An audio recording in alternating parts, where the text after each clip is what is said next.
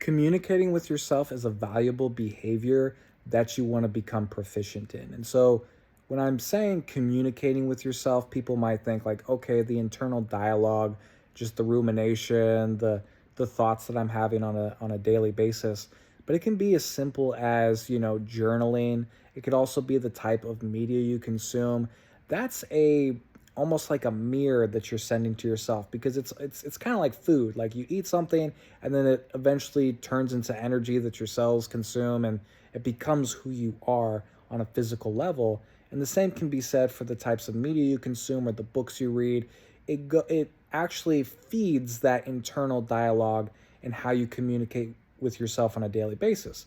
So it could be like, oh, I'm feeling really down. I'm talking in a very despondent way consistently. Why is that? Maybe because you're watching too much of, the news or something like that, that's constantly about fear-based propaganda, blah, blah, blah.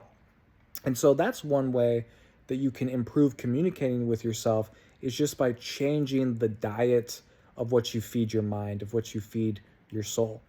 And another way is just to have proper time that you allocate for yourself to communicate with yourself about important things. And they don't even have to be super important.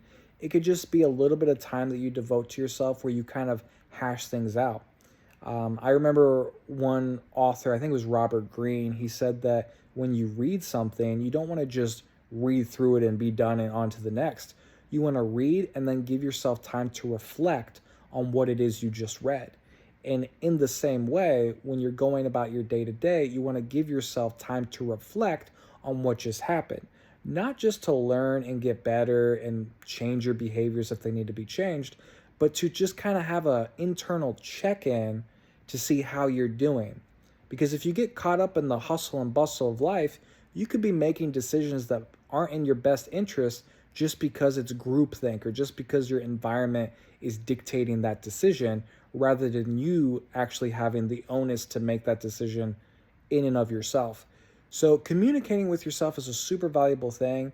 And when you take that time, it doesn't have to be like a meditative experience per se. You don't have to sit there and hold a mantra, but just kind of, like what I'm doing. Just lay in bed and just think about what was going on during the day, how things could have gone differently, seeing how you're doing, asking yourself, how do I feel right now? Is life going well? Like, what can I do to change it if it's not? And just have that internal dialogue with yourself where you're almost like you're talking to your best friend. And I would also, challenge you to conceptualize yourself as your best friend, because you're with yourself your entire life. You can see your best friends on the weekends or here and there, but they're not going to be with you as much as you are with you.